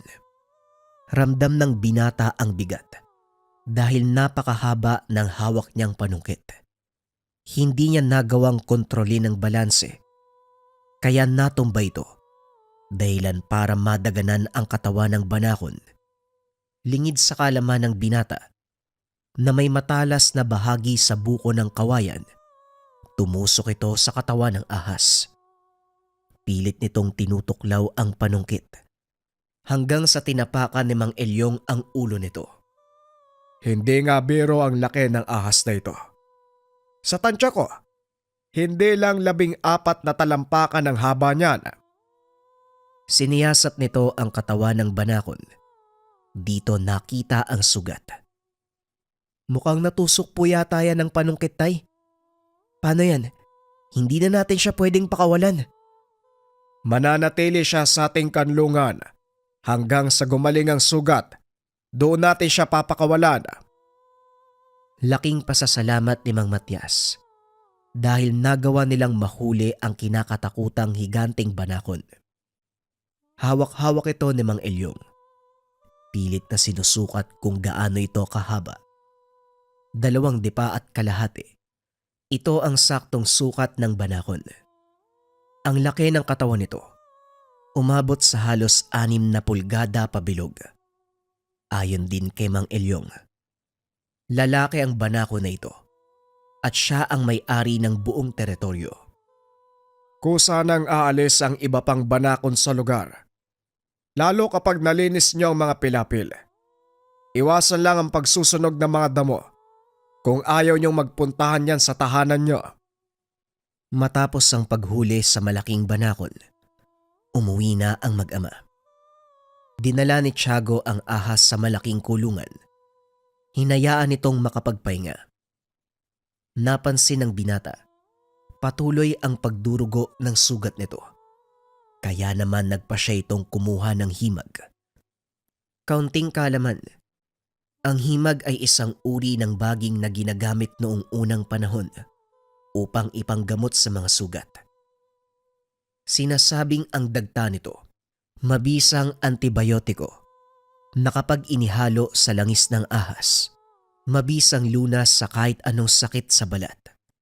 Ayon din sa mga matatanda, matatagpuan lang ang puno ng himag kapag sinundan mo ang isang sugatang ahas dahil siguradong pupunta ito roon, kakagat sa mismong baging upang sipsipin ang dagta nito. Balik tayo sa kwento. Ilang beses na itong nasaksihan ni Tiago, kaya alam niya kung saan maaaring makakita ng himag. Ginalugad ng binata ang kagubatan hanggang sa marating nito ang kinaroroonan ng mahimalang baging. Pumutol ng kaperasong ugat si Tiago. Dali-daling bumalik sa kulungan ng banakon. Sa kabila ng panganib, pumasok ito sa loob ng kulungan upang gamutin ang sugat ng ahas. Habang pinipiga ni Tiago ang dagta mula sa ugat, kusang lumalapit sa kanya ang banakon na tila alam kung ano ang dala ng binata. Idinikit nito ang bibig sa mga natapong dagta at hinigo. Nakita ni Tiago ang ginagawa ng banakon, kaya itinaas nito ang dinikdik na ugat upang pigain sa bunganga ng ahas. Sa kasamaang palad, bigla siyang sinunggaban. Nakagat sa braso si Tiago, dahilan ng agaran niyang pagkahilo. Malayo sa kanilang tahanan ang kulungan at kahit anong pagsigaw ang gawin ng binata, walang lumalabas na boses sa kanyang bibig. Naramdaman nito ang mahinang paggapang ng kamandag mula sa kanyang braso hanggang sa kanyang dibdib. Sinunod nito ang itinuro ng ama. Nanatiling kalmado si Tiago hanggang sa bumagal ang tibok ng pulso. Marahan siyang kumilos para talian ang bahaging kinagat ng banakon. Dahan-dahang gumapang palabas ng kulungan. Nanatili naman sa loob ang ahas habang nakatayo ang ulo nito. Tinitignan si Tiago. Nakaupo ang binata sa paanan ng isang puno habang unti-unting lumalabo ang paningin. Sa isip ni Tiago, ito na ang katapusan para sa kanya. Unti-unting lumalabo ang paningin ng binata. Nahihirapan sa paghinga hanggang sa tuluyang mawalan ng malay. Ilang sandali pa ang nakalipas. Nagising ang binata. Nakita nitong nasa loob na siya ng tahanan. Pinupunasan ng ina ang kanyang noo. Habang ginagamot naman ni Mang Elyong ang sugat na natamo mula sa kagat ng ahas. Anong pumasok sa isipan mo at ginamot mo ang sugat ng banakon? Alam mo naman kahit anong kabutihan ang gawin mo, kakagatin at kakagatin ka ng ahas sa oras na makaramdam ng panganib. Pasalamat ka na lang, hindi ganong kalakas ang kamandag na pumasok sa katawan mo. Halos mamatay na ako dun, tay. Tapos kaunting kamandag pa lang yung pumasok. Ang tawag sa kagat na yon, tuyong kagat. Halos walang kamandag ang kagat na yon dahil depensa ang ginawa ng banakon. Inakala nito na susugurin mo siya, kaya sinunggaban ka niya. Naglalabas lang ng matinding kamandagang mga ito sa tuwing papatay sila ng kanilang pagkain. O hindi kaya naman kapag nakikipaglaban. Maswerte ka pa din. Huwag mo nang uulitin yun ha. Baka sa susunod, hindi na to yung kagat ang abutin mo. Kinabukasan, muling binalikan ni Tiago ang banakon. Nakita nitong tila walang ganang kumilos ang ahas. Tinignan ng binata ang sugat. Napansing namamaga ito. Gagamutin pa sana kita eh. Kaso, balak mo akong patayin eh. Sabay lakad palayo. Laking gulat ng binata nang makarinig ng boses.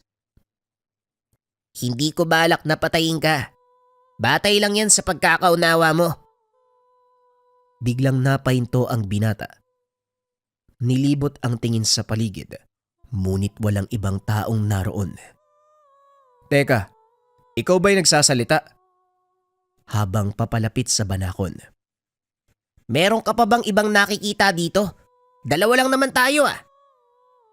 Nanlaki ang mga mata ni Tiago. Nang makita nito, nakatayo na ang banakon sa kanyang harapan. Sa hindi malamang dahilan, nakalabas ito sa kulungan. Oh, paano ka nakalabas? Sarado yung pinto ah. Habang naglalakad patras. Hindi mo ako lubusang kilala. Hoy mortal, kung sa tingin mo, pangkaraniwang ahas lang ako, nagkakamali ka. Makailang beses pang kinusot ng binata ang kanyang mga mata. Sinampal-sampalang sarili para lang mapagtanto na hindi siya nananaginip. Anak nang, Epekto ba to ng kagat mo? parang umakyat na yata sa utak ko yung lason. Nakakarinig ako. Nakakakita ako ng kung ano-ano. Naku, hindi nga ako namatay pero nababaliw naman ako. Akmang lalakad na sana palayo. Nang bigla siyang patirin ng banakon gamit ang mahaba nitong katawan. Aray ko naman! Para saan naman yun? O ano, naniniwala ka na sa akin? Pero paanong nangyaring nakakapagsalita ka? Tapos naiintindihan pa kita. Ang kagaya ko, isang uri ng engkantong hayop. Isa lang ako sa libo-libong naninirahan dito sa mundo nyo. Dahil sa unti-unting pagkasira ng aming natural na tirahan sa kabilang dimensyon, nagpasya kaming pumunta sa mundo nyong mga tao. Teka, kung isa kang engkanto, di dapat may kapangyarihan ka. Saka, ahas ba talaga yung totoo mong anyo? Nakakatakot eh. Mas mabuti nang makita mo ko sa ganitong anyo. Kaysa sa totoo kong pagkatao, mas matatakot ka.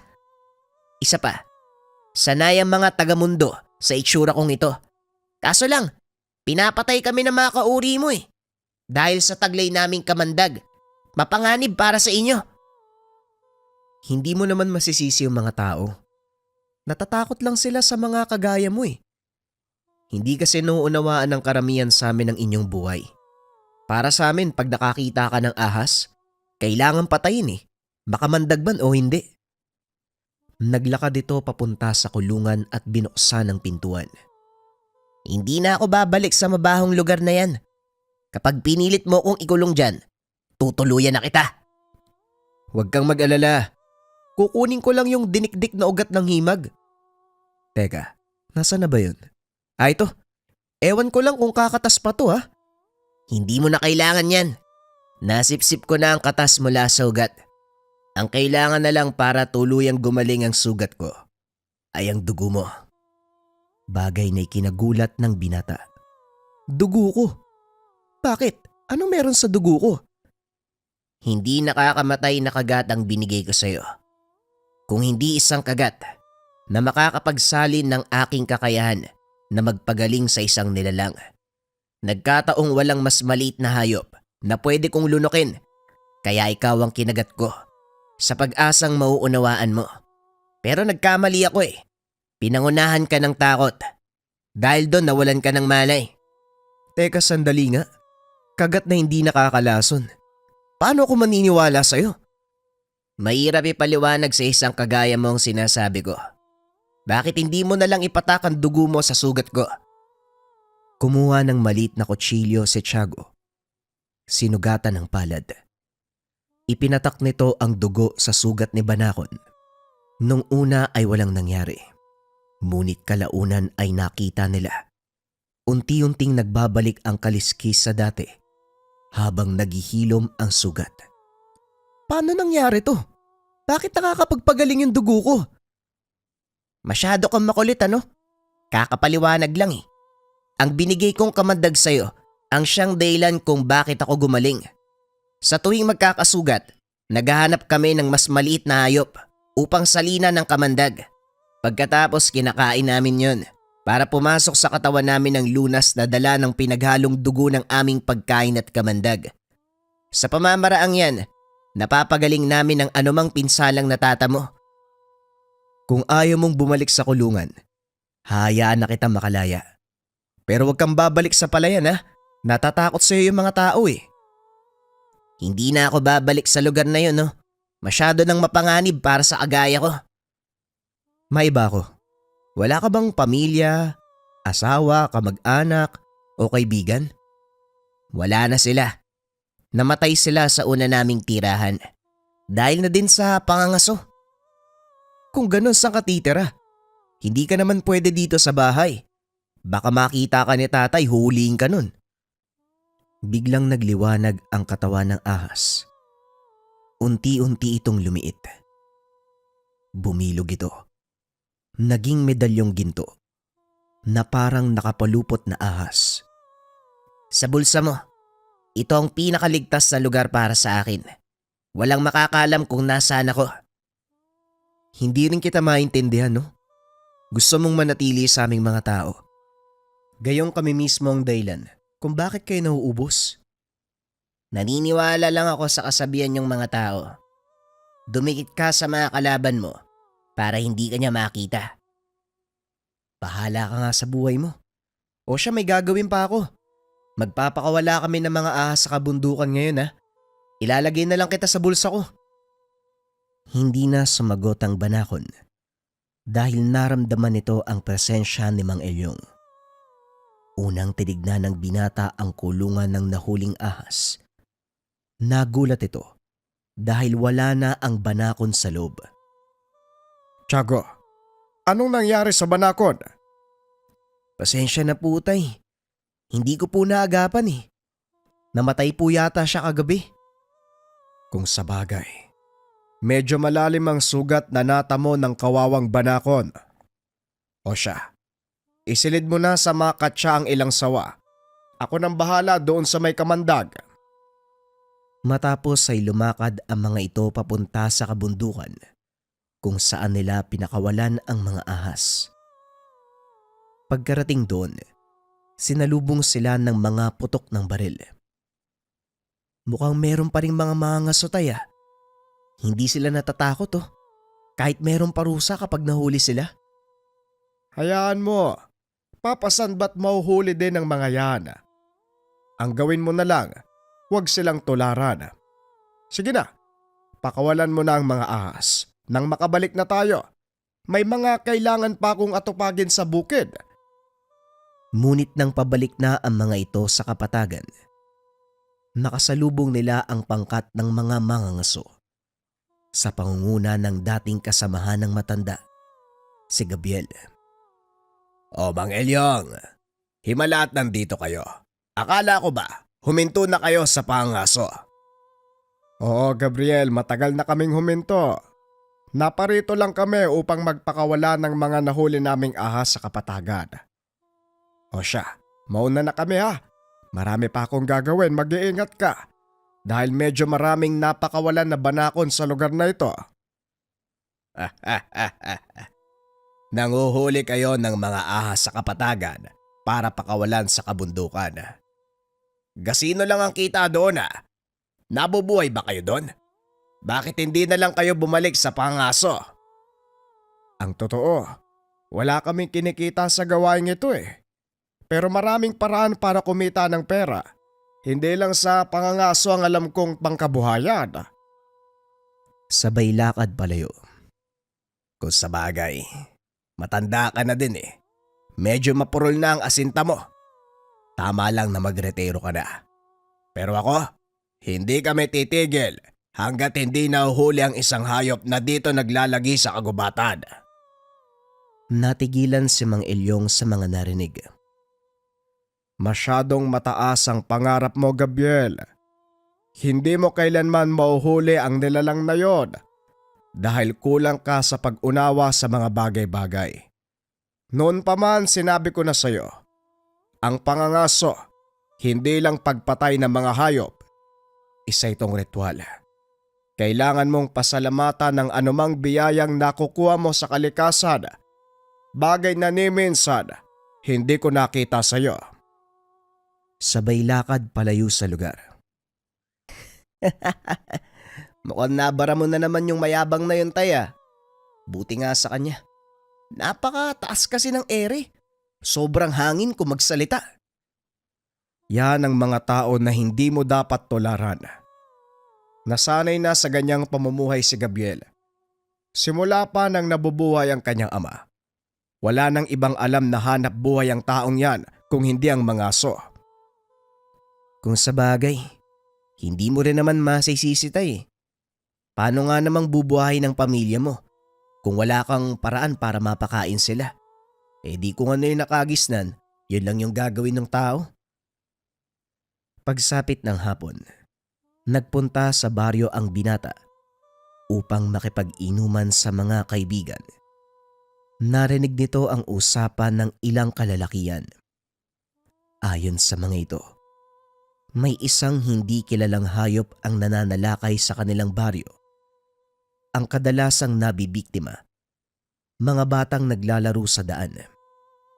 Dagdag pa ng mga ito, hapon kung sumalakay ang nilalang, dinadagit nito ang biktima upang dalhin sa kung saan. Nakikinig lang si Tiago ng mga sandaling iyon nang bigla siyang tawagin ng isa sa mga kaibigan. Uy, Tiago, narinig mo ba yung sinabi nila? Hindi ba dalubhasa kayo ng tatay mo sa paghuli ng mga ligaw na hayop? Medyo napalakas ang boses nito, kaya narinig sa kabilang lamesa. Yang ka na naman, Mitoy. Kahit kailan talaga, hindi ka marunong magbaba ng boses mo. Narinig tuloy tayo. Papalapit na sa kanila ang isa sa mga kalalakihan. Kung hindi ako nagkakamali, ikaw yung anak ni Mang Elyong, hindi ba? Kayo yung humuli sa malaking banakon kina Mang Matias. Oo, tama ka. Anak nga ako ni Elyong. Anong maitutulong ko sa'yo? Ako si Dante, anak ng kapitan sa kabilang barangay. Malaking problema ng tatay ko ang nilalang na sumasalakay. Hindi na halos lumalabas sa mga tao, kaya naapektuhan na mga hanap buhay nila. Kung talagang magaling kayong mga aso, bakit hindi nyo subukan puntahan at tuliin ang nilalang na sinasabi ko? Hindi ako sigurado kung papayag si tatay. Hayaan mo, kakausapin ko siya. Mukhang hindi tayo nagkalinawan. Ang sabi ko, anak ka ng kapitan. Anong paki ko? Ikaw ang nangangailangan ng tulong, kaya matuto kang magpakumbaba. Ganun pa man, hindi ko tatanggihan ang paghingi mo ng tulong kahit napakaangas ng datingan mo. Akala mo kung sino ka, ano? Aba, sira ulo pala do eh. Baka gusto mong mapatay dito ngayon. Sige nga, bakit hindi natin subukan? Gawin mo! Tumayo ang binata sa harapan nito. Dahan-dahang napaatras si Dante. Saka palang namalaya ng kausap na hindi biro ang pangangatawan ni Tiago. Bukod sa matangkad ay matipuno. Napatingala na lang si Dante habang nakikipag-usap.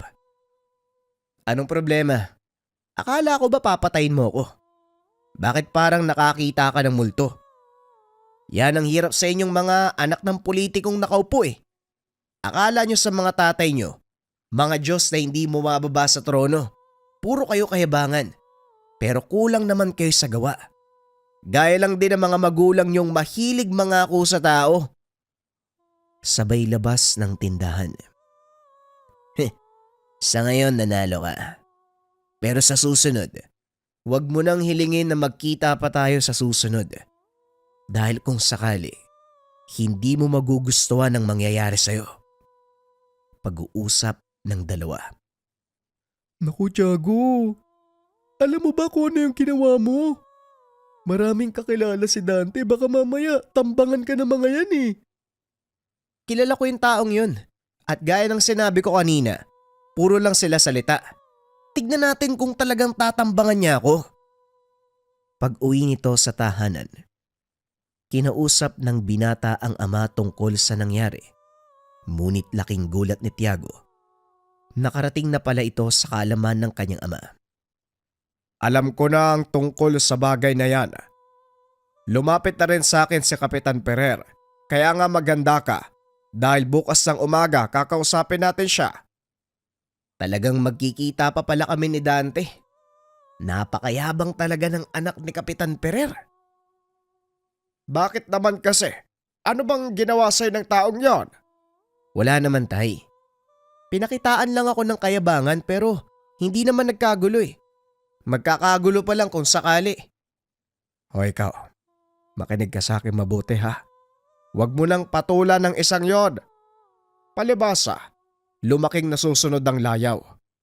Sige na, magpahinga ka na. Maaga tayong aalis bukas. Kinabukasan pagdating sa kabilang barangay, kaagad hinarap ni Kapitan Ferrer ang mag-ama. Pinaliwanag nito ang mga nangyayari. Sa inala ko, isang malaking ibong mandaragit ang kumukuha sa mga bata dito sa amin. Hindi lang bata ka, Ilyong, kundi maging maliit na kambing. Kahit ang baka, hindi nakakaligtas. Meron bang nakakita ng nilalang na yon? Paano nyo nasabing dinadagit ang mga biktima? Bago mawala ang mga bata, nakakarinig ng malakas na pagaspa sa mga magulang. O hindi kaya naman, biglang lumalakas ang hangin. Maaari mo bang sabihin, Kapitan, kung saan huling nangyari ang insidente? Maaari ko kayong dalhin sa lugar, pero kumain muna tayo. Lalamig ang hinanda kong almusal. Medyo malayo sa kabisera ang pinangyarihan. Habang kumakain lumabas ng silid si Dante, kaagad napatitig kay Tiago. Tumangulang ang binata, bagay na kinainisan ni Dante. Walang iya ka. Anong ginagawa mo dito? Wika ni Dante, sabay dampot ng kutsilyo. Kumalma ka. Hindi ba nangingi ka ng tulong sa akin kahapon? O ito na kami. Anong problema mo? Ang mabuti pa, bitawan mo yung kutsilyo at baka masaktan mo lang yung sarili mo. Talagang napakayabang mo ha. Pasalamat ka. Nandito si tatay. Kung wala, kanina pa kita. Lumayas ka sa harapan ko, Dante. Hindi to ang oras para pairalin ang kayabangan mo. Kahit kailan talaga bastos ka. Dali-daling lumabas ng tahanan ang binata habang nagkakamot ng ulo. Tumingin pa ito kay Tiago, nag-iwan ng isang babala. Mamaya ka sa akin. Tumayo si Kapitan Ferrer. Nilingon ang anak. Dali-dali itong tumakbo palabas ng bakuran. Pasensya ka na sa anak ko, iho. Talagang mali ang pagpapalaki ng kanyang ina. Bueno, tapos na ba kayong kumain? Tapos na, Kapitan. Maaari na tayong lumakad. Tumuloy na ang mga ito sa huling pinangyarihan ng insidente. Nagulat ang mag-ama dahil isa itong tahanan na napapalibutan ng makapal na gubat. Ito ang bahay ng mag-asawang Juan at Lilia. Kaso lang wala na sila sa lugar. Natakot na maulit pa sa iba nilang anak ang nangyari. Dito sa bakurang ito mismo kinuha ang kanilang bunsong anak. Tiago, ikutin mo ang paligid. Maghanap ka na mabakas. Maging palatandaan ng malaking ibon. Alam mo na ang gagawin. Naglakad sa paligid ng tahanan si Tiago. Naghanap ito ng mga palatandaan. Ngunit wala ni isang nakita ang binata. Hoy, Ano bang hinahanap mo, Tiago? Tanong ng banakon. Nagagawa nitong makipag-usap sa pamamagitan ng isipan. Mga palatandaan ng malaking ibon. Tugon ni Tiago. Hindi ka makakakita nun dito. Dahil hindi naman ibon ang kumukuha sa mga bata. Hindi ibon? Teka, anong ibig mong sabihin? Dun banda. Ayun tumingin ka dun.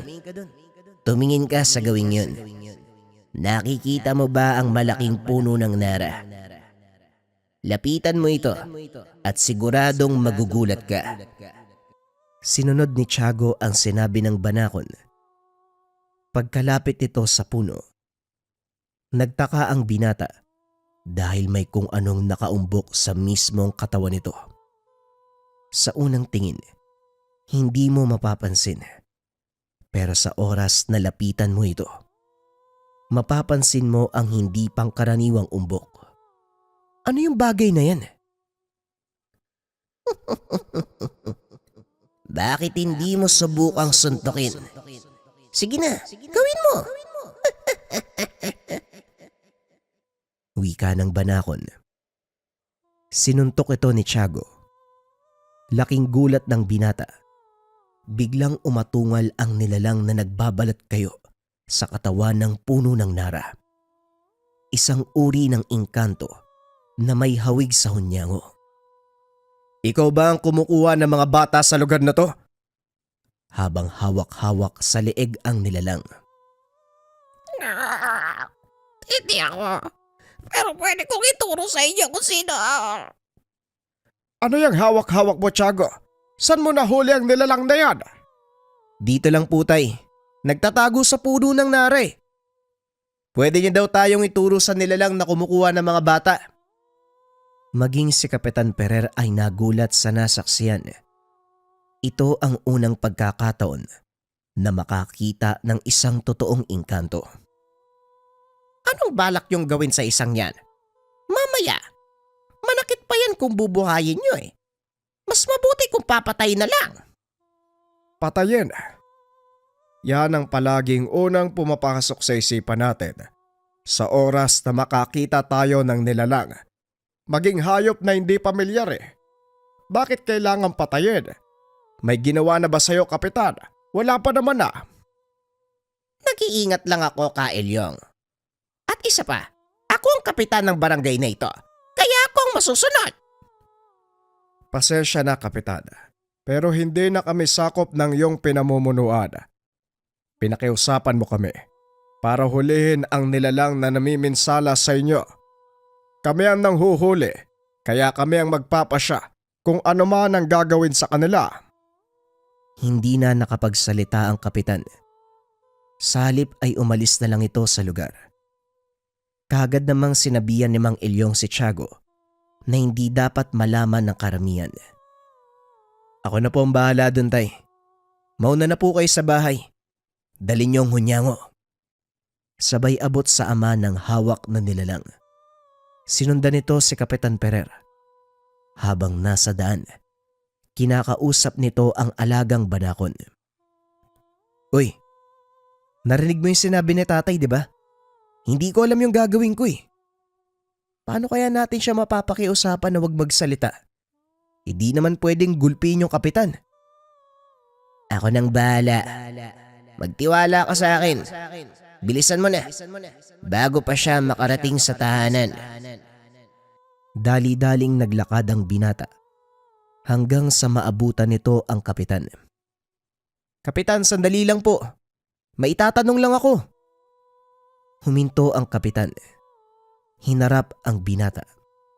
Ang akala ko ba, kayo na ang bahala.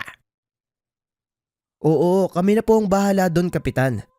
Kaso, may isang bagay lang akong gustong ihabilin sa inyo eh. Nakikiusap po ako. Biglang lumitaw sa likod ni Tiago ang malaking banakon. Nanlaki ang mga mata ng kapitan dahil noon lang siya nakakita ng isang higanteng banakon. Ate, asa ba naging ka ng banakon mo? Na ang ibig sabihin ay saan nanggaling ang banakon na yan. Alaga ko po siya, Kapitan. May papakiusap lang po sana ako sa inyo. Yung nakita nyo kanina, pakiusap po sa inyo lang. Huwag po makakarating kahit kanino. Pwede bang atin-atin na lang yun? Habang pinapagpag sa kanyang kamay ang alagang banakon. Wala problema. Hindi ko sasabihin kahit kanino ang nakita ko. Ilayo mo lang sa akin yung banakon mo. Kung ganun may kasunduan tayo. Sa oras na makalabas ang balitang to, alam nyo na ang mangyayari. Matapos ay umalis na ito. Bumalik sa kanilang tahanan. Pagdating ng binata, nakita nitong kinakausap ng ama ang hunyango. Ano tay? May napiga ka na ba? Madali naman palang kausap ang isang to eh. Oo, nasabi niya sa akin kung anong nilalangan nangunguha ng mga bata. Hindi nga malaking ibon, kung hindi isang aswang. Ayon din sa hunyango, matagal na siyang nakatira sa punong iyon. Kaya nakita niya ang lahat ng nangyari nung araw ng kunin ng nilalang ang anak ng mag-asawa. Aswang! Mukhang magkakaroon pa ako ng engkwentro sa mga aswang . Ito din ang unang pagkakataon na makakarap ko ang isang aswang kung sakali. Kahit ayaw ko, walang magagawa eh. Mukhang kakailanganin natin ang tulong nila Gabriel. Subukan mo silang hanapin sa bayan, Tiago. Nang gabing iyon ay lumakad si Tiago para hanapin si Gabriel, maging ang mga kasama nito. Natagpuan ng binata ang hinahanap sa isang pasugalan. Akmang papasok na sana ito nang bigla siyang pigilan ng nagbabantay. Pasensya na, hindi pwedeng pumasok ang hindi kilala ng aking amo. Ganun po ba? Pakisabi na lang po sa lalaking yun, pinapatawag siya ng tatay ko. May papagawa sa kanya. Nilingon ng bantay ang tinuturo ng binata. Si Gabriel. O sige, ikaw na magsabi. Pero duda ako kung harapin ka niya. Abala siya sa pagsusugal. Tumuloy si Tiago at nilapitan si Gabriel. Gabriel, gusto ka daw makausap ni tatay. Mukhang may papatugi sa'yo. Nag-angat ng tingin si Gabriel. Walang pagdadalawang isip na tumayo. Mamaya mo na sabihin sa akin ang detalye. Mga bata, ituloy niyo muna ang kasiyahan. May importante akong gagawin. Walang pag-uusap na nangyari sa dalawa habang nasa daan. Pagdating sa tahanan nila Tiago, saka pa lamang nagsalita si Gabriel. Hindi mo ako pinapatawag ng walang mabigat na dahilan, Kailyong. Pagsalita ka. Anong problema? Bago ko sabihin sa iyo ang lahat, gusto kong makita mo ang nilalang na ito. Nanlaki ang mga mata ni Gabriel. Lalo pa nang magpakita ang hunyango sa kanya. Isang hunyango. Bakit meron ka dyan? Panandalian lang ang pananatili ng nilalang na yan sa akin. May kaugnayan siya sa ipapagawa ko sa iyo. Ang hunyango na yan, ang nakakita sa nilalang na ipapatugis ko. Alam kong meron kang kakayahan na makita ito mula sa mga mata ng iba. Matagal ka nang nagretiro, pero matalas pa rin ang pag-iisip mo, Kailyong. Bueno, hayaan mong ako na mismo makakita ng itsura ng hayop na tutugisin ko. Kinuha nito sa kulungan ang hunyango. Tinitigan sa mata. Laking gulat ni Tiago. Nagbago ang mga mata ni Gabriel. Naging katulad ito ng sapusa. Taglay ng taong yan ang bertud ng musang. Meron siyang katangian na tumingin sa nakaraan ng isang nilalang sa pamamagitan ng pagtitig sa mga mata nito. Hindi naman nagsalita si Tiago. Patuloy lang itong nakiramdam sa ginagawa ni Gabriel. Maya-maya pa, binitawan na nito ang hunyango. Napatingin ng nakakaloko kay Mang Ilyong. Aswang ang ipapatugis mo sa akin, Kailyong. Sigurado ka ba? Tanong ni Gabriel. Gagawin mo ba o hindi? Alam mo na yan ang pinakagusto ko. Alam ko na din kung saan matatagpuan ang nilalang. Kaya ikaw bata, kung gusto mong sumama, maganda ka na. Isama mo din ang alaga mong banakod. Nagtaka si Mang Elyong sa sinabi nito. Banakon. Anong ibig mong sabihin, Gabriel? Ay nako, pasensya na. Hindi pa pala nasasabi ng anak mo. May alagang engkantong banakon si Tiago. Napatingin ng matanda kay Tiago na noon ay pasipol-sipol lang sa sulok. Opo, totoo po yung sinasabi niya. O ikaw, pwede ka nang lumabas. Nabuko tayo eh. Lumabas ang malaking banakon mula sa kanyang bulsa. Bagay na kinagulat ng matanda. Hindi ba yan yung banakon na nahuli natin sa palayan ni Mang Matias? Ang akala ko ba, patay na yan? Hindi ko na po nasabi sa inyo eh. Dahil alam kong hindi naman kayo maniniwala. Pasensya na po kayo tay ah.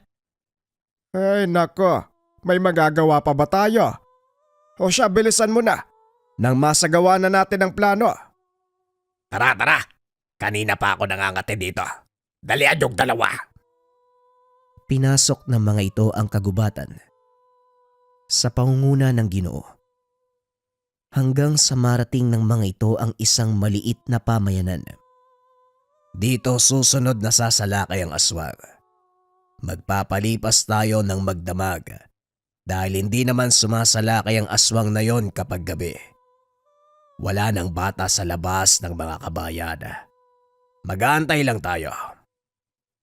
Umakyat sa puno si Tiago kasama ang alagang banakon.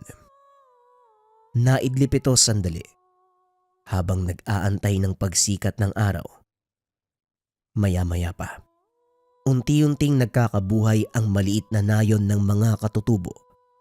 Isa-isang naglalabasan ang mga bata upang maglaro. Para sa tatlo, ito na ang kanilang pinakahinihintay. Bumaba sa puno si Tiago. Naupo sa tabi ng ama. Maging alisto ka lang, Tiago. Anumang oras, darating na ang hinahanap natin. Ayon pa sa matanda, batay na din sa mga pangyayari. Sumasalakay ang nilalang bago lumubog ang araw at bago din sumikat sa umaga. Tahimik na nakamasid si Gabriel hanggang sa bigla itong napatayo. Bumunot ng palaso mula sa likuran. Inumang ito sa malayo. Saka pa lamang napagtanto ni Tiago kung ano ang pinupunterya ng Ginoo. Nakita nito ang isang nilalang. Mabilis na bumubulusok paibaba. 3 palaso ang sunod-sunod na pinakawala ni Gabriel. Tumama ang lahat ng ito sa katawan ng nilalang dahilan para bumagsak sa lupa. Sandali lang. Bago natin patayin ang nilalang, lilinawin ko. Sa akin ang pangil. Bahala ka sa gusto mo. Walang makikipag-agawan sa'yo. Mabilis na tumakbo ang dalawa. Sa pag-aakalang mabilis nilang mapapatay ang nilalang, tuloy-tuloy na sumugod ang binata. Sinubukan pa itong pigilan ni Gabriel. Kaso nga lang huli na. Pagkalapit nito sa nilalang, pinagaspas nito ang pakpak. Dahilan para tamaan ang binata at tumalsik sa malayo. Nakalimutan kong sabihin, malakas ang hampas ng mga pakpak nila. Ano, ayos ka lang ba? Ayos lang ako. Medyo nabali yung balikat ko pero kaya ko pa. Gumapang ang banakon sa kanyang katawan. Umilaw ang mga mata ng higanting ahas. Dali-daling sinugod ang nilalang. Kinagat ito ng ilang ulit bago tuluyang bumalik sa kinaroroonan ni Tiago. Mag-antay lang tayo ng ilang minuto. Kusang babagsak ang katawan ng aswang na yan sa oras na kumalat ang kamandag ko. Mapapakinabangan din pala ang alaga mo, Tiago ah. Magaling! Huminto na sa pagkilos ang nilalang. Tapusin na natin to. Mabuti na lamang at wala masyadong tao sa lugar, kaya hindi nakita ang kanilang ginawa. Nilapitan ng binata ang naghihingalong nilalang. Sa kauna-unahang pagkakataon, nakakita ito ng totoong aswang. Ganito pala yung itsura nyo, no? Ulo ng baboy, katawan ng tao, tapos may pakpak ng paniki. Habang sinisipa ang nilalang. Hindi lahat ng aswang ganyan ang itsura, Tiago. Isa lang yan sa marami nilang uri. Matapos ay pinugot nito ang ulo ng nilalang upang kunin ang malaking pangil.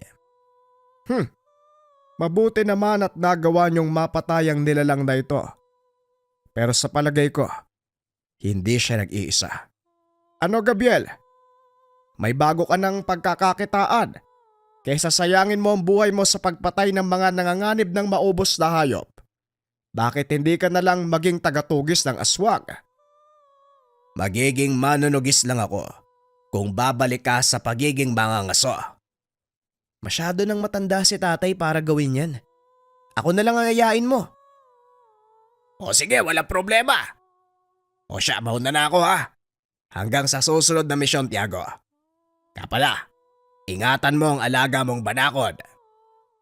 Matapos ang kaganapang iyon, sinanay ni Mang Elyong ang anak sa paggamit ng pana sa pagiging manunugis. Maliban pa sa trabahong ito, nagpatuloy sila sa kanilang gawain. Paminsan sumasama sa kanila si Gabriel, lalong-lalo na kung may kakaiba sa kanilang pupuntahan. Sa paglipas ng panahon, nakilala ang grupo nila Tiago sa lugar bilang manunugis ng banakon. Ngunit para sa kanila, may mas malalim pa itong obligasyon. Ito ay pangalagaan ang wastong balanse ng kalikasan sa pamamagitan ng pangangalaga sa mga hayop gaya ng mga makamandag na ahas. Ipinapakita sa kwentong ito na hindi lang peste ang mga banakon, kaya hanggat maaari, wag na wag silang papatayin. Tumawag ng mga tao na may alam sa panghuhuli sa kanila. Palaging tandaan na hindi lahat ng hayop na nakikita ay normal.